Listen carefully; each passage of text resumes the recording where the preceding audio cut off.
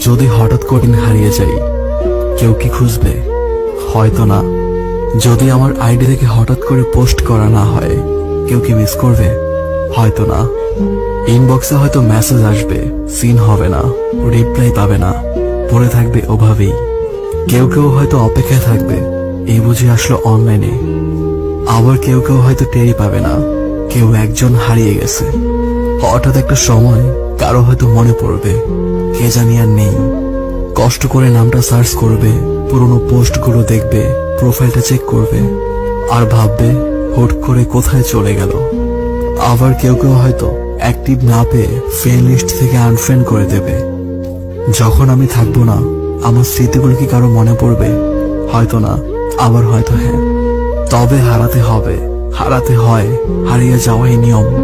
কেউ আয়োজন করে হারায়, কেউ হুট করে হারায়।